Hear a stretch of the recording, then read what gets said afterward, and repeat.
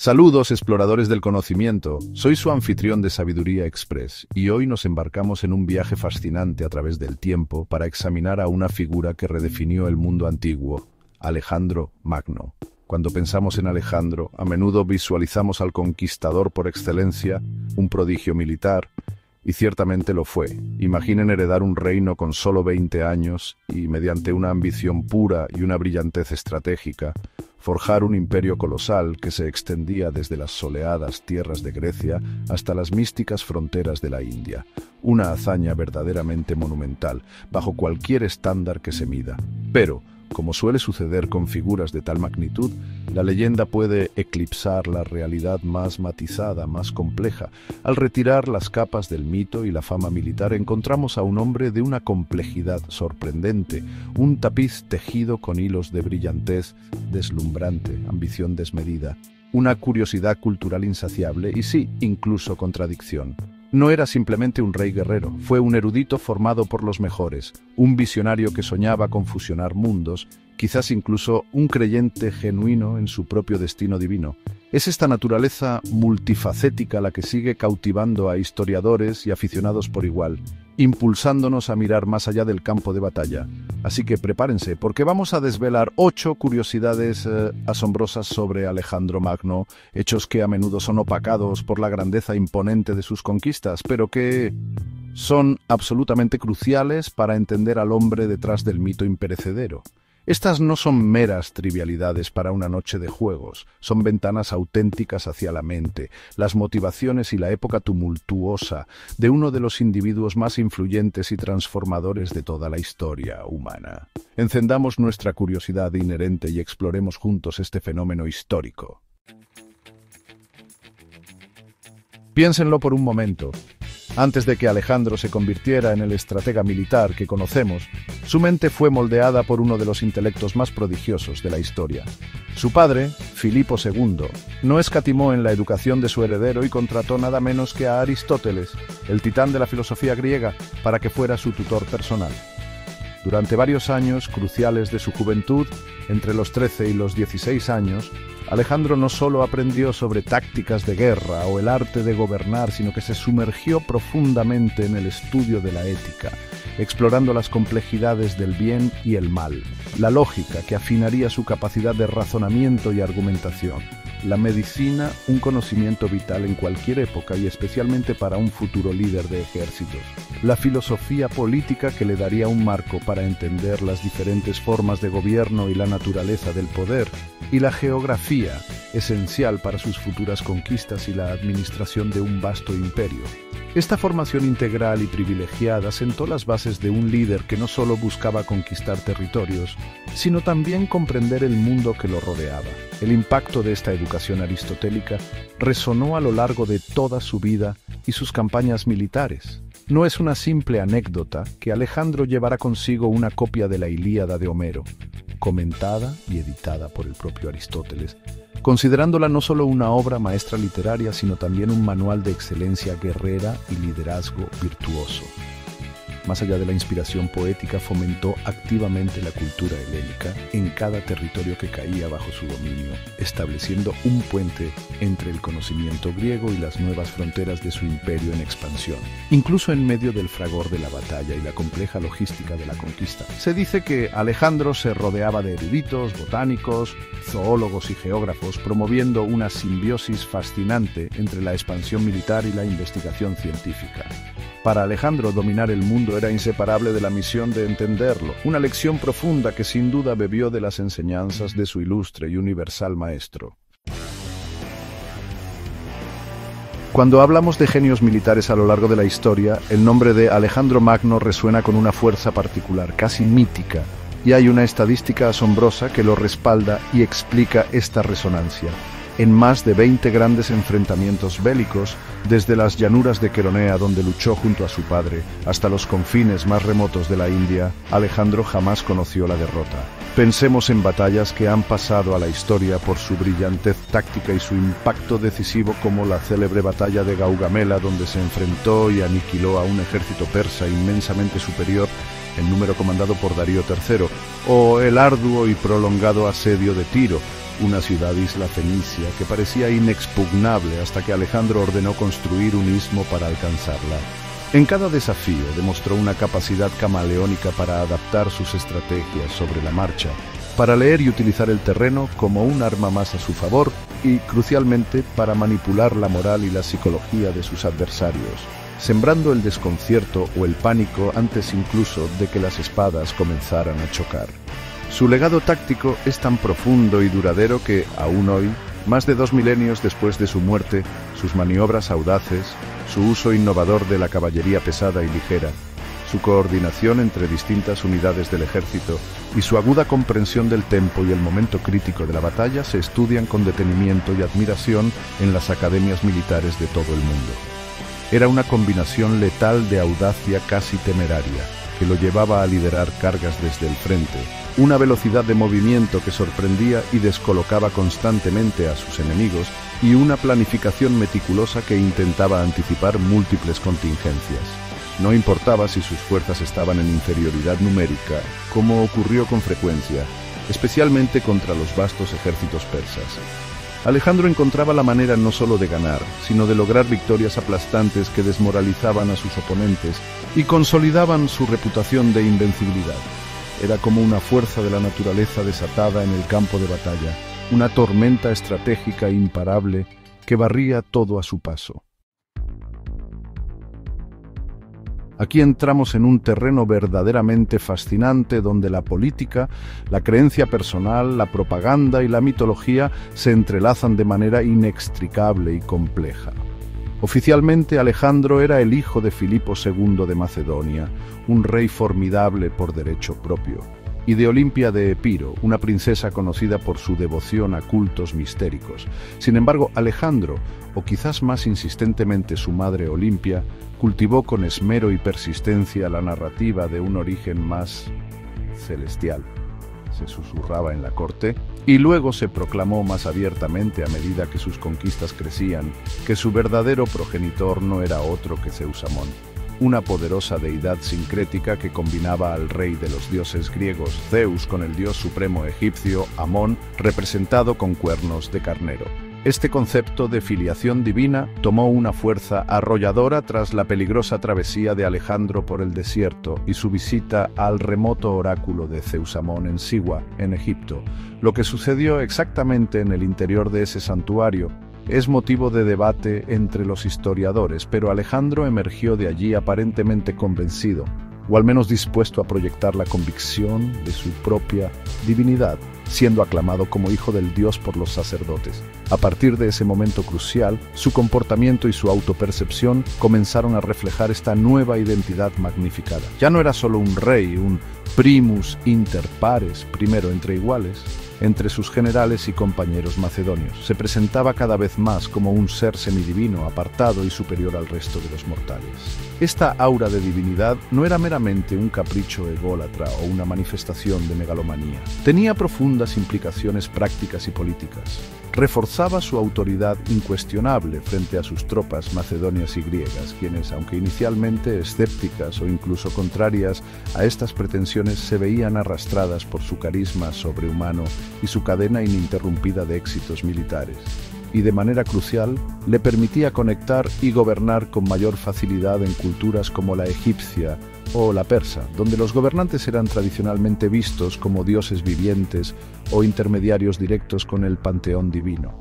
Fue una jugada política calculada, una creencia personal genuina y profunda o una astuta mezcla de ambas. El debate continúa, pero su impacto en la cohesión de su vasto y diverso imperio es innegable. Capítulo 4. Fusión cultural y controversia. Alejandro y el legado persa.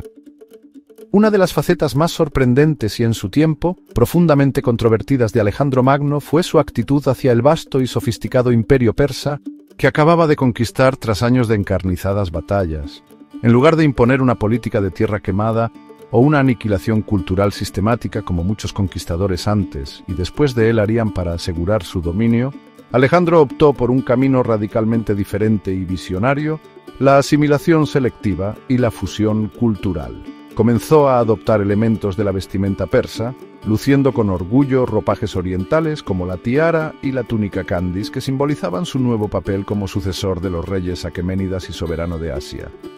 Más polémico aún para sus compatriotas fue su intento de introducir en su corte la proskinesis, una forma de reverencia profunda, casi postración, tradicional en la etiqueta de la corte persa que sus orgullosos súbditos griegos y macedonios consideraban un acto servil y apropiado solo ante los dioses, no ante un rey mortal por muy divino que se pretendiera.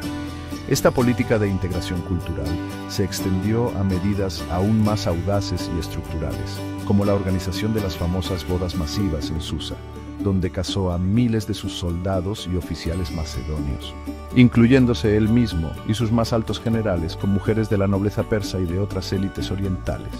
Su objetivo era claro: crear una nueva clase dirigente mixta, una élite imperial que uniera los lazos de sangre y lealtad entre conquistadores y conquistados. Si bien estas acciones le granjearon un considerable respeto y facilitaron la administración en las recién conquistadas y extensas provincias orientales, también sembraron una profunda discordia y resentimiento entre sus propias filas.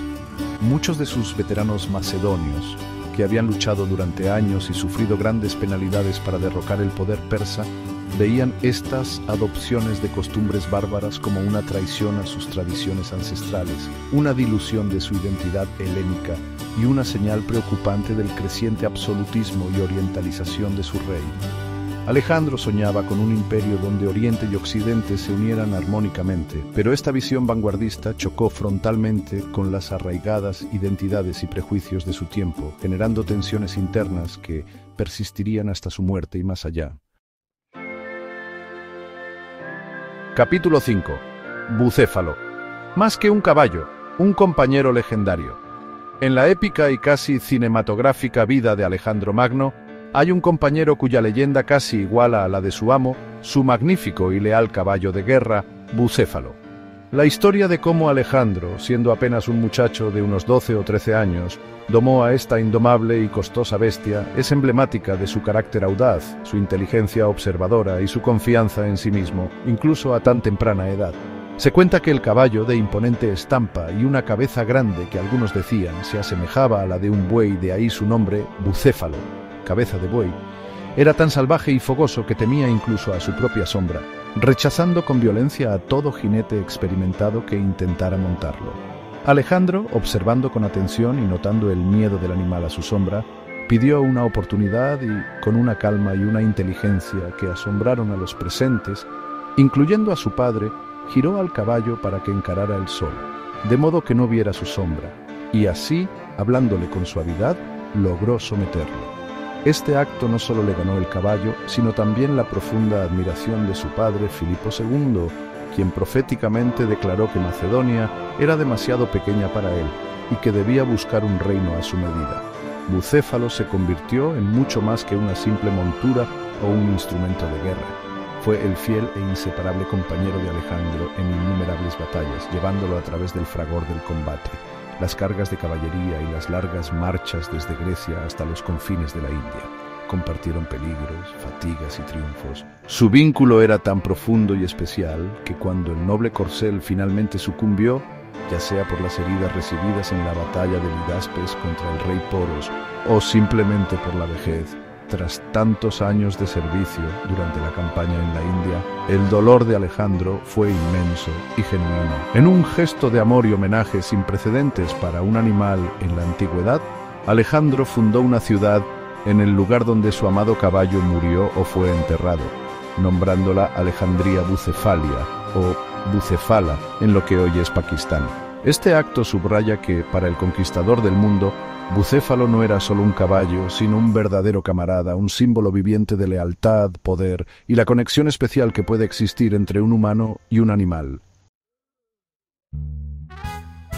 A pesar de haber enfrentado la muerte cara a cara en innumerables campos de batalla, liderando cargas y sufriendo heridas graves, el final de Alejandro Magno no llegó por la espada de un enemigo o en el fragor del combate, sino de una manera mucho más mundana, enigmática y prematura.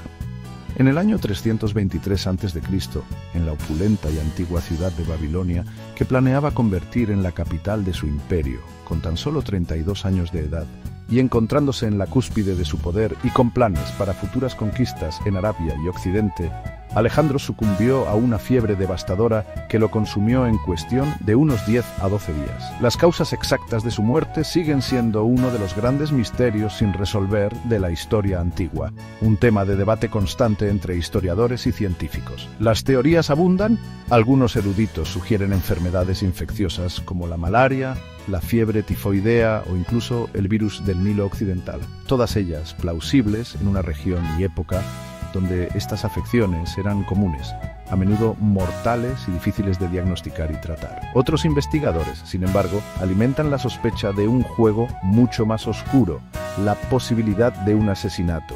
La teoría del envenenamiento ha flotado en el aire durante siglos, mencionada ya por algunas fuentes antiguas, aunque otras la descartan. Pudo haber sido obra de algunos de sus generales, recelosos de su creciente poder, su orientalización y sus tendencias autocráticas, o quizás temerosos de ser purgados, o de cortesanos persas que veían una oportunidad para desestabilizar el nuevo orden y vengar la caída de su imperio. No hay pruebas concluyentes, solo conjeturas, relatos a menudo contradictorios y circunstanciales. Para añadir más misterio y alimentar las interpretaciones divinas, se dice que su cuerpo tardó varios días en mostrar signos evidentes de descomposición, a pesar del calor babilónico, un fenómeno que sus contemporáneos interpretaron rápidamente como una prueba más de su supuesta naturaleza divina o heroica. Su cadáver, convertido en un símbolo político de inmenso valor y legitimidad, fue meticulosamente embalsamado según la costumbre egipcia o caldea y se convirtió en objeto de disputa entre sus sucesores, hasta que finalmente fue llevado por Ptolomeo a Egipto, donde reposaría durante siglos. La muerte prematura e inesperada de Alejandro Magno no solo truncó una vida de conquistas asombrosas y planes aún más ambiciosos, sino que también dejó a su colosal y recién formado imperio en un estado de incertidumbre política y vacío de poder catastróficos. El gran conquistador, a pesar de su genio en tantos otros aspectos, no dejó un heredero adulto y claramente designado para tomar las riendas de tan vasta y diversa entidad política. Su esposa principal, Roxana, estaba embarazada en el momento de su muerte, y el hijo que nacería póstumamente, Alejandro IV, junto con el hermanastro con discapacidad intelectual de Alejandro, Filipo III Arrideo, fueron proclamados reyes conjuntamente, pero su poder era meramente nominal y tutelado por los generales más poderosos. Sin un líder fuerte, carismático y unificador como lo había sido Alejandro, la vasta extensión de territorios que él había unido con su genio militar, su visión y su personalidad arrolladora, comenzó a resquebrajarse casi de inmediato, como un gigante con pies de barro. El poder real recayó en sus ambiciosos y experimentados generales, los llamados diádocos o sucesores, figuras prominentes como Ptolomeo, Seleuco, Antígono, Monoftalmos, Lisímaco y Casandro. Estos hombres que habían luchado codo a codo con Alejandro y compartido sus triunfos y penalidades, pronto se volvieron unos contra otros en una serie de guerras despiadadas y prolongadas, conocidas como las guerras de los diádocos, que se extendieron por varias décadas. Cada uno luchaba por hacerse con la mayor porción posible del imperio desmembrado, o incluso por reunificarlo bajo su propio mando. Lo que Alejandro había construido con una velocidad y una visión asombrosas se fragmentó en varios reinos helenísticos rivales: Egipto Ptolemaico, Imperio Seleucida, Macedonia Antigónida, etc., en cuestión de pocos años. Sin embargo, y esto es crucial para entender su verdadero impacto, su legado no desapareció con la fragmentación política. Aunque políticamente dividido, el imperio de Alejandro había sembrado de forma indeleble la cultura, el idioma, el griego koiné, el arte, la ciencia y el pensamiento griegos por todo Oriente Medio, Egipto y Asia Central, dando origen a la vibrante, innovadora y transformadora era helenística, que moldearía el curso de la civilización en el Mediterráneo y más allá durante los siguientes 3 siglos, hasta la llegada de Roma. Y así hemos navegado a través de algunos de los aspectos menos conocidos, pero profundamente reveladores, de la vida y el impacto de Alejandro Magno, un hombre que en poco más de 3 décadas de existencia terrenal, una fracción de segundo en la escala cósmica del tiempo, grabó su nombre en los anales de la historia de una manera tan indeleble que pocos, si es que alguno, lo han igualado. Cuando contemplamos su trayectoria, es como observar una supernova histórica, una explosión de energía, ambición y transformación cultural que alteró irrevocablemente el paisaje político y civilizatorio del mundo antiguo y cuyos efectos se propagaron mucho más allá de su propia vida. Su imperio, aunque efímero en su unidad política, actuó como un conducto, un puente cósmico si quieren, por el cual las ideas, las tecnologías, las artes y las personas fluyeron en direcciones nuevas e inesperadas, fusionando Oriente y Occidente de maneras sin precedentes. Lo verdaderamente fascinante de Alejandro, desde mi perspectiva, no es solo la escala casi astronómica de sus conquistas territoriales, sino la profunda complejidad de su legado. Consideren esto, un estudiante de Aristóteles, el epítome de la razón griega, que llegó a creerse o a proyectarse como un ser divino, un destructor implacable de ejércitos y ciudades que fue también un prolífico fundador de nuevos centros urbanos y un promotor, a su manera, de una cierta forma de globalización temprana. Su historia nos recuerda vívidamente que las grandes figuras de la historia raramente son monolíticas o sencillas de catalogar. Son, como los cuerpos celestes más complejos, una amalgama de fuerzas diversas, a veces en aparente conflicto, pero siempre dinámicas y generadoras de cambio. El universo de la historia humana está lleno de estos personajes estelares, y cada uno nos ofrece una lente única para entender mejor nuestra propia especie, nuestras capacidades y nuestras contradicciones. Así que la próxima vez que miren hacia el cielo nocturno y contemplen las estrellas, o reflexionen sobre la vasta extensión del tiempo geológico y cósmico, recuerden a Alejandro, no solo como el guerrero invencible de las leyendas, sino como el catalizador de una era, un individuo cuya vida, aunque comparativamente breve, envió ondas de cambio a través de la historia que todavía podemos sentir y estudiar hoy. Sigan cuestionando, sigan explorando, sigan aprendiendo, porque el universo, tanto el que está sobre nuestras cabezas como el de nuestra propia historia humana, está repleto de maravillas, misterios y conocimientos esperando ser descubiertos. Hasta la próxima, aquí en Sabiduría Express, donde la curiosidad nos sigue guiando.